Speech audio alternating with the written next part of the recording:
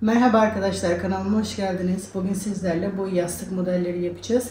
İsterseniz bu şekilde küçük, isterseniz bu şekilde büyük olarak yapabilirsiniz. Bu modeli yaparken ben dolgulu penye ip kullandım. İsterseniz normal penye ip de kullanabilirsiniz. Bu yastığım 35'e 35 santim. Buna yaklaşık 160 metre kadar ip gitti. Bu yastığım 45'e 45 santim. Buna da 250 metre kadar ip gitti.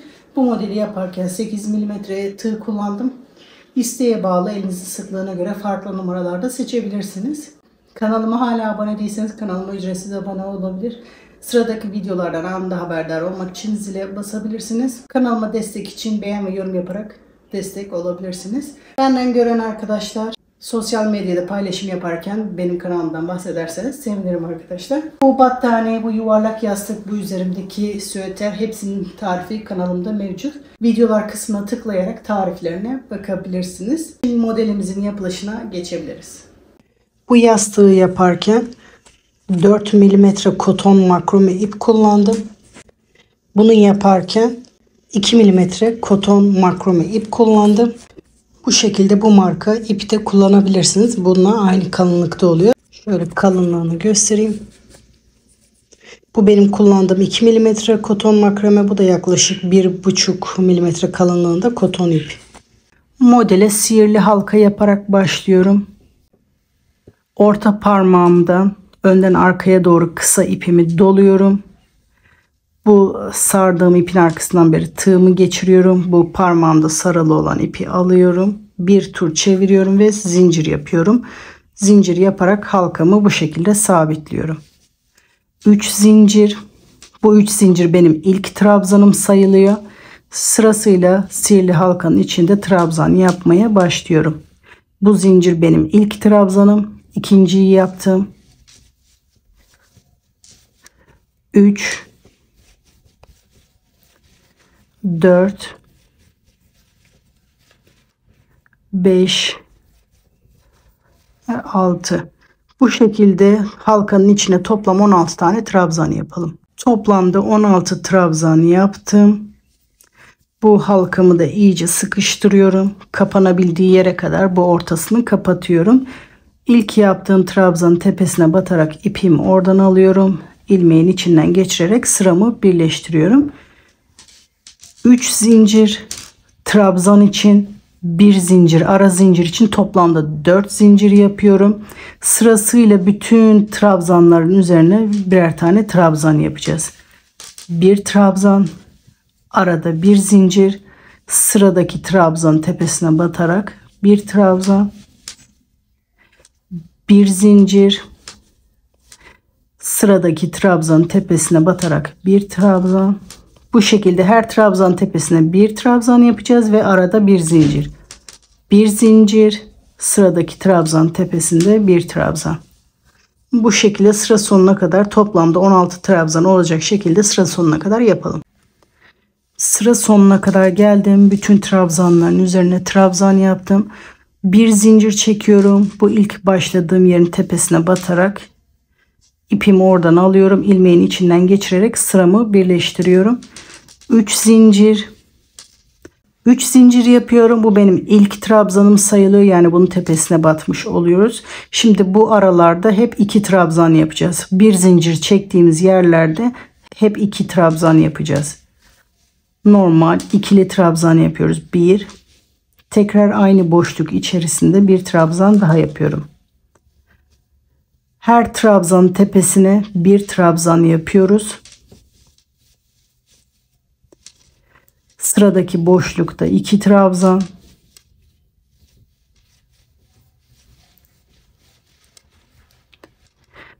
Trabzanın tepesine bir trabzan.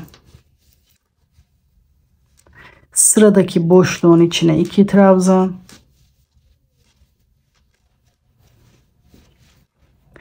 Trabzanın tepesine bir trabzan. Bu şekilde sıra sonuna kadar boşluklarda 2 trabzanların tepesinde bir trabzan yaparak sıra sonuna kadar yapıyoruz. Sıra sonuna kadar geldim. Son boşluğun içine de 2 tane trabzan yaptım. Bu ilk başladığımız yerin tepesinden bir tığımı geçiriyorum. İlmeğin içinden geçiriyorum ve sıramı burada tamamlıyorum. Bir zincir sık iğne yerine çekiyorum. 3 zincir de ara zincir olarak çekiyorum. Toplamda bu başlangıçta 4 zincir çekiyoruz. 1, 2, 3. trabzanın tepesine, yani bu her trabzanın, bu aşağıdaki yaptığımız her trabzanın tepesine, yani üçüncüye 1, 2, üçüncüye batarak bir sık iğne yapıyorum. 3 zincir, 1, 2, 3, bu aşağıdakinin tepesine batarak bir sık iğne yapıyorum. 3 zincir, 1, 2, 3, bu aşağıdaki trabzanın tepesine batarak bir sık iğne yapıyorum. Orta yaprak için 1, 2, 3 tane üçlü zincirli yapacağız. Şimdi köşe için 5 zincir yapacağız. 1, 2, 3, 4, 5. Köşedeki zincir sayıları farklı olacak ama batma yerlerimiz aynı olacak. 1, 2, 3. trabzanın tepesi, yani bu trabzanın tepesine batarak bir sık iğne yapıyorum. Bu şekilde yapacağız hep. Arada 3 tane üçlü zincir, dördüncüyü bu şekilde 5 zincir çekerek köşe yapacağız. 3 zincir, 1, 2, 3, 3 zincir, 1, 2, 3, 3 zincir, 1, 2, 3. Şimdi 3 tane üçlü zincir yaptık. Şimdi bu köşe işlemini yapacağız. 5 zincir, 3. trabzanın tepesine batıyorum. 1, 2, 3. Bu şekilde sıra sonuna kadar yapıyoruz. Bu 5 tane zincir çekeceğimiz yer toplamda 4 tane olacak. 1, 2, burada üçüncüyü yapacağız. Sonuncu, dördüncüyü de tam bitireceğimiz yerde yapıyoruz. Bu şekilde sıra sonuna kadar yapalım. Sıra sonuna kadar geldim. Son köşeyi yapıyorum. 5 zincir, 1, 2, 3. trabzan, yani ilk başladığım yerden tığımı geçiriyorum. İpimi alıyorum. İlmeğin içinden geçirerek sıramı burada birleştiriyorum. Şimdi benim bunun ortasından başlamam gerekiyor. İz sürme yaparak ikinci zincire geliyorum. İlk zincirin arka telinden ipimi alıyorum. İlmeğin içinden geçiriyorum. İkinci zincirin arka telinden ipimi alıyorum. İlmeğin içinden geçiriyorum. Ve burada bir sık iğne yapıyorum. Şimdi yeni sıraya başlayabiliriz. Burada yaprak yapmaya başlıyoruz. Orta yapraklar köşeye göre bir tık küçük olacak. Şimdi orta yaprağı yapıyoruz. Burası 3 zincir olan yer. Tığımı doluyorum. Sıradaki boşluğun içine gelerek trabzan yapmaya başlıyorum. 1, aynı boşluk içerisinde, 2, aynı boşluk içerisinde bir tane daha ikili trabzan yapıyorum. 3 tane normal ikili trabzan, dördüncüyü böyle tığımıza 2 sefer dolayarak o şekilde trabzan yapıyoruz. Üçlü trabzan. Dördüncüsü biraz daha uzun oluyor. Toplamda 4 trabzan, 3'ü küçük, bir tanesini uzun yapıyoruz. Arada bir zincir. Şimdi diğer tarafı da aynı şekilde yapıyoruz. Burada 2 sefer doluyorum. Üçlü trabzan yapıyorum. Şimdi 3 tane normal ikili trabzan yapıyoruz. Bir sefer doluyorum. 1, 2, üçüncü ikili trabzan, toplamda 4 oluyor. Üçlü trabzanla birlikte toplamda 4 oluyor. Şimdi hiç zincir çekmeden sıradaki boşluğa gelerek bir sık iğne yapıyorum. Şimdi orta yaprak işlemi bitti. Şimdi köşedeki yaprağı yapacağız. Burada bir tane trabzan fazla olacak. Hiç zincir çekmeden tığıma doluyorum. Bu 5 zincir yaptığım boşluğa gelerek trabzan yapmaya başlıyorum. Burada ikili trabzanları 3 tane yapmıştık. Burada ikili trabzanları 4 tane yapıyoruz. 1, 2, 3 ve 4. 4 tane normal ikili trabzan. Aynı burada yaptığımız gibi sonuncu trabzanı üçlü trabzan yapıyoruz. 2 sefer tığıma doluyorum. Boşluk içerisinde üçlü trabzanımı yapıyorum. Bu da yani 5. trabzan olmuş oluyor. Arada 3 zincir yapıyoruz. Burada köşeleri yapabilmek için 3 zincir yapıyoruz. Tekrar tığıma 2 sefer doluyorum. Üçlü trabzanla başlıyorum. Aynı boşluk içerisinde üçlü trabzan yapıyorum. Sonra buradaki gibi normal ikili trabzan yapıyoruz. 4 sefer. 1 2 3 4. Bir tane üçlü trabzan, 4 tane de ikili trabzan yaparak toplamda 5 trabzan yapıyoruz. Hiç zincir çekmeden aynı buradaki gibi sıradaki boşluğa gidip bir sık iğne yapıyorum. Hiç zincir çekmeden tığımı doluyorum. Boşluk içerisinde aynı bu ortadaki yaprağı yapmaya başlıyoruz. 3 tane ikili trabzan, 1 2 ve 3.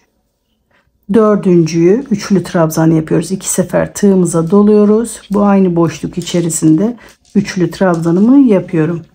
Arada bir zincir. Şimdi tekrar diğer tarafı yapmaya başlıyoruz.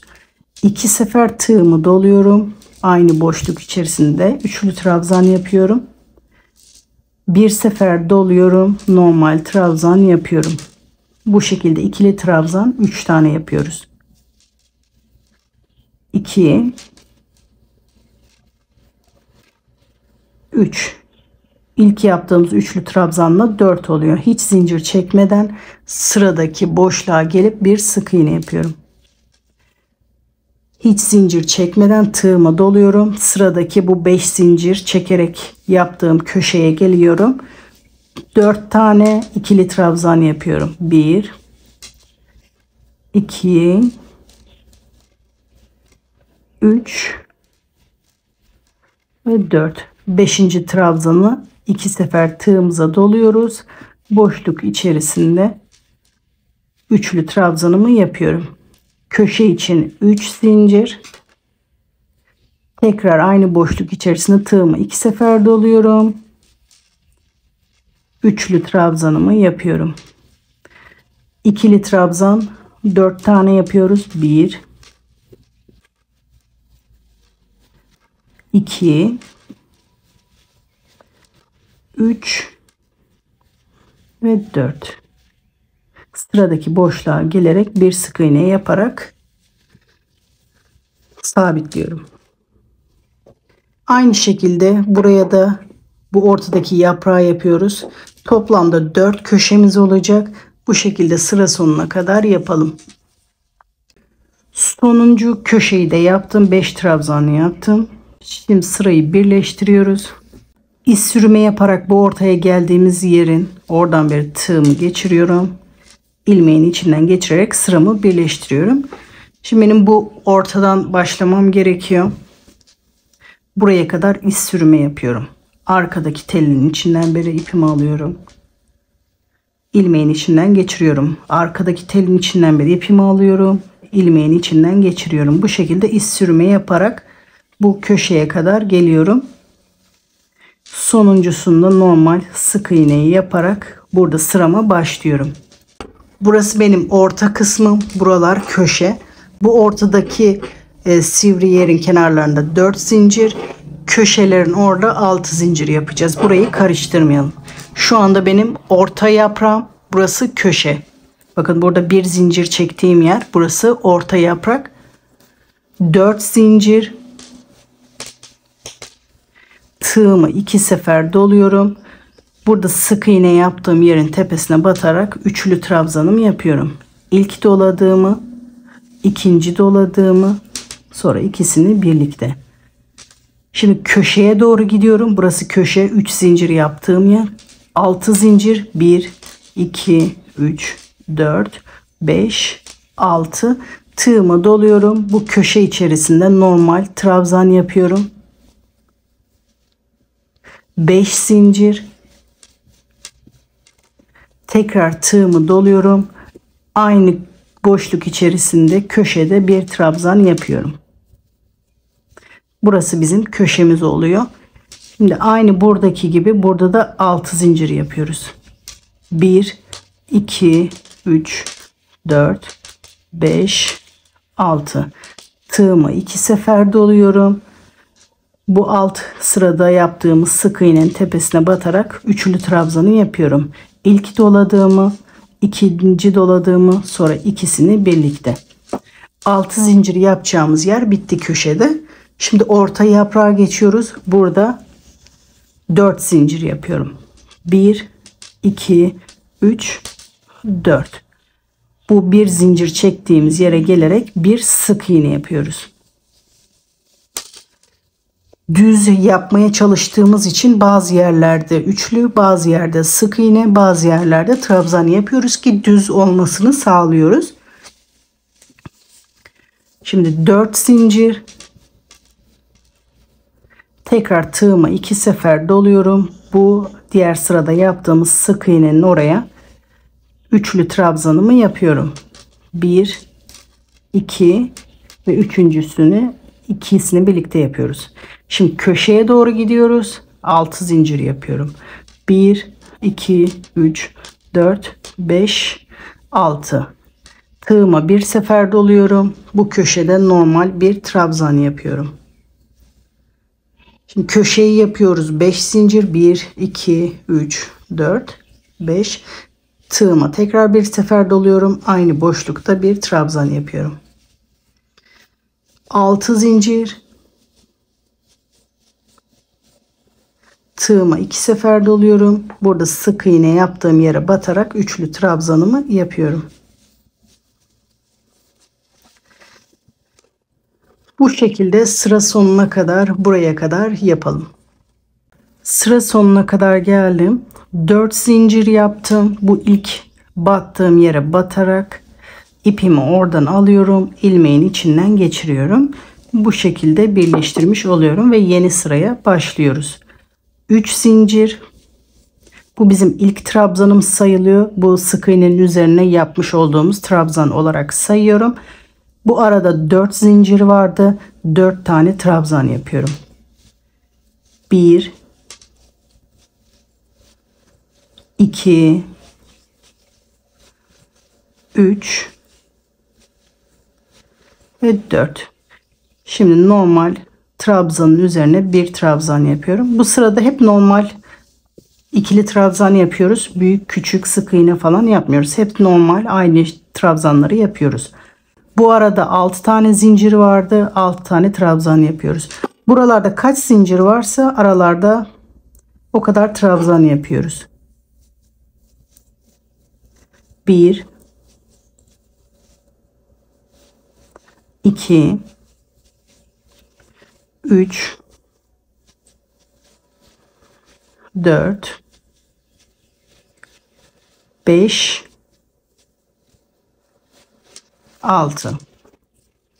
Trabzanın üzerine normal bir trabzan yapıyorum. Şimdi köşe işlemini yapıyoruz. Boşluk içerisinde 2 trabzan, arada 3 zincir, tekrar aynı boşluk içerisinde 2 trabzan daha yapıyoruz. 1 2. Trabzanın üzerinde bir trabzan. Burada 6 zincir vardı. Aynı buradaki gibi 6 trabzan yapıyoruz. Bu ara boşlukta kaç zincir varsa o kadar trabzan yapıyoruz. 1 2 3 4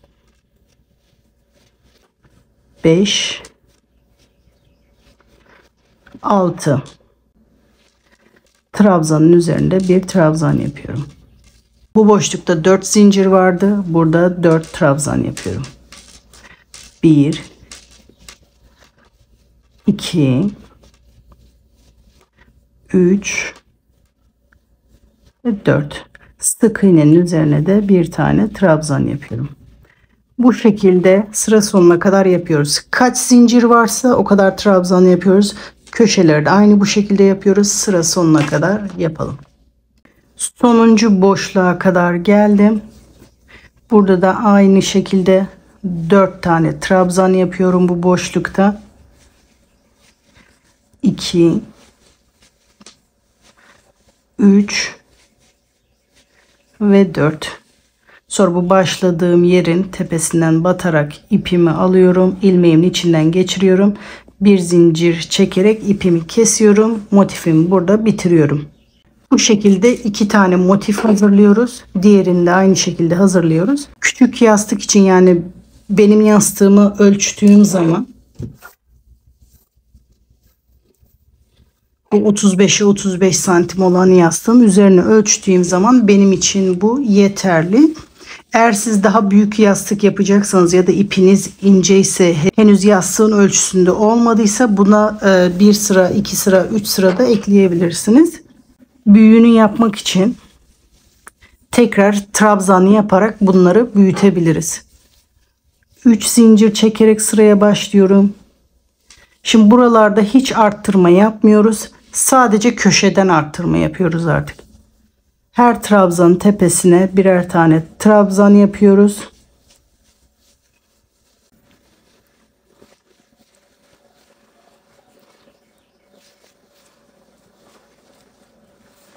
Bu şekilde köşeye kadar hepsinin üzerine birer tane trabzan yapalım.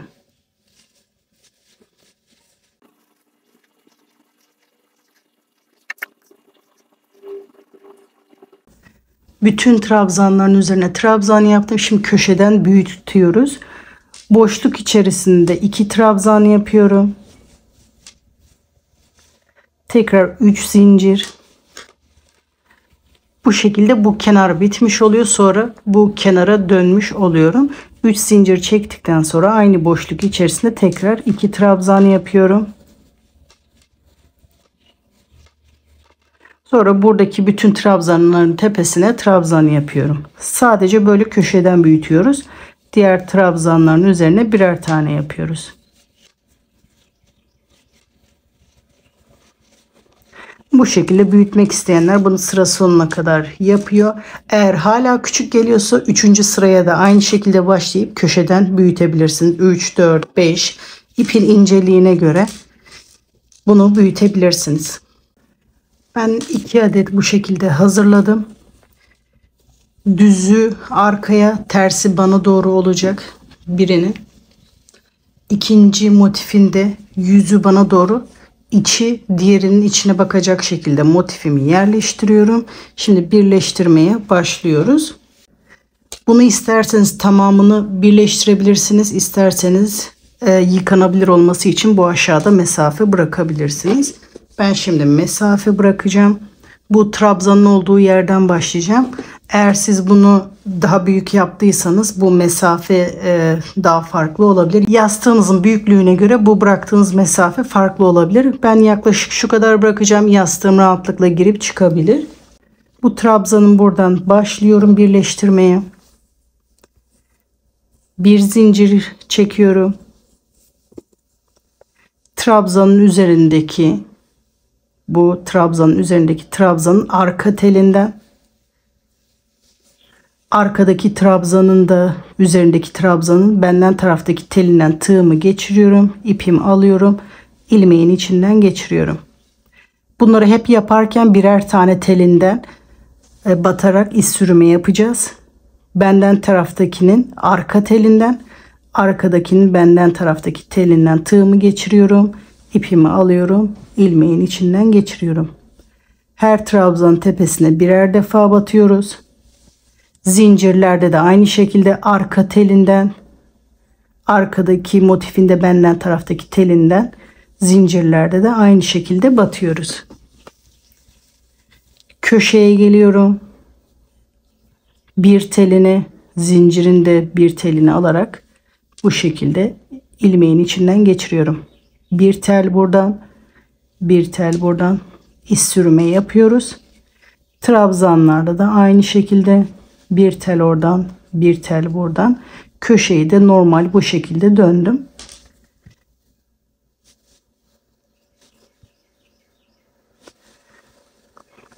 Bu şekilde birleştiriyoruz. Bu kenarı komple, bu kenarı komple, bu kenarı komple. Sonra sonuncu kenara, yani başladığımız kenara gelince burada kesme işlemi yapacağız. Buraya kadar yapalım.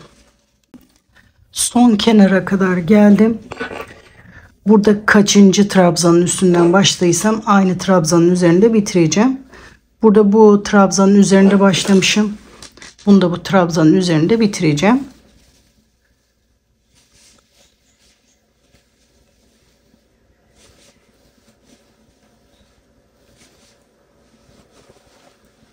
Trabzanın üzerine kadar geldim. Bir zincir çekip burada ipimi kesiyorum. Yastığın yapılışı bu şekilde bitiyor. Şimdi yastığımıza geçirip bitmiş haline bakabiliriz. Renkli yaparken orta kısmı bu şekilde renkli. Kenar kısımlarını farklı renkte yapabilirsiniz. Bunu 2 mm koton makrome iple yaptım. 4 mm tığ yaptım. İpinize göre bu tığ numarası da farklı olabilir. Başladığım yerden tekrar başlamak istiyorum. Bir zincir çekerek bu bitirdiğim yerden başlıyorum. İpimi burada sabitliyorum. 3 zincir, aynı diğer modelde yaptığımız gibi ilk trabzan yerine boşlukta da kaç zincir varsa o kadar trabzan yapıyoruz. 2 3 ve 4. Aynı penye ipte yaptığımız gibi bunun tepesine de birer trabzan. Burada kaç zincir varsa yapıyoruz. Bu şekilde sıra sonuna kadar yapıyoruz. Aynı penye ipteki yaptığımız gibi. Yapılışı aynı. İpi ve rengi farklı olduğu için size farklı gelebilir. Ama yapılışı aynı penye ipteki gibi sıra sonuna kadar yapıyoruz. Boşlukta yapınca bu görüntü hoşunuza gitmiyorsa bu şekilde zincir içine batarak da yapabilirsiniz. Hangi görüntü hoşunuza gidiyorsa, hangisi daha kolayınıza geliyorsa o şekilde trabzanları yapabilirsiniz. Aynı renkte olunca çok fark etmiyordu ama farklı ipte yapınca görüntü farklı duruyor. Bu şekilde ikisini de göstereyim. Boşlukta yapınca bu şekilde duruyor. Zincirin içinde bu şekilde duruyor. Ben şimdi hepsini zincirin içinde yapacağım bu renkte. Renk geçişi olduğu için bu şekilde biraz kötü durdu. Siz istediğiniz şekilde yapabilirsiniz. Ben böyle zincirlerin içinde yaparak tamamlayacağım. Bu şekilde makrome ipiyle de yaptığım model. Bunda 2 sıra az geldi. Mesela bu şekilde 5 sıra ekledim yastığın boyunca. Eğer daha hala yastığınıza denk gelmiyorsa bunu birkaç sıra daha ekleyebilirsiniz bu şekilde. Bu zincirli kısmı ben orta motifin renginde yaptım. Eğer bu görüntü hoşunuza gitmiyorsa bu kenar renginden de bu sırayı yapabilirsiniz. Bu makrome ipiyle koton iplerle de bu şekilde olacak. 2 tane motif hazırlayıp birbirine ekliyoruz. Aynı penye ipte yaptığımız gibi. 4 mm makromede bu şekilde aynı penye ip gibi bir sıra kenar yaptım. 35 santim 35 santim olan yastığıma tam denk geldi. Eğer bunu daha büyük yaparsam bir sıra daha eklemem gerekiyor. Bu da bu şekilde hoş durdu. Umarım siz de beğenirsiniz. Yastıkların bitmiş hali bu şekilde. Böyle büyük ve küçük olarak yapabilirsiniz. Umarım videomu izlerken keyif almışsınızdır. Sıradaki videolarda görüşmek üzere. Yapacak arkadaşlara kolay gelsin diyorum. Like atmayı unutmayalım.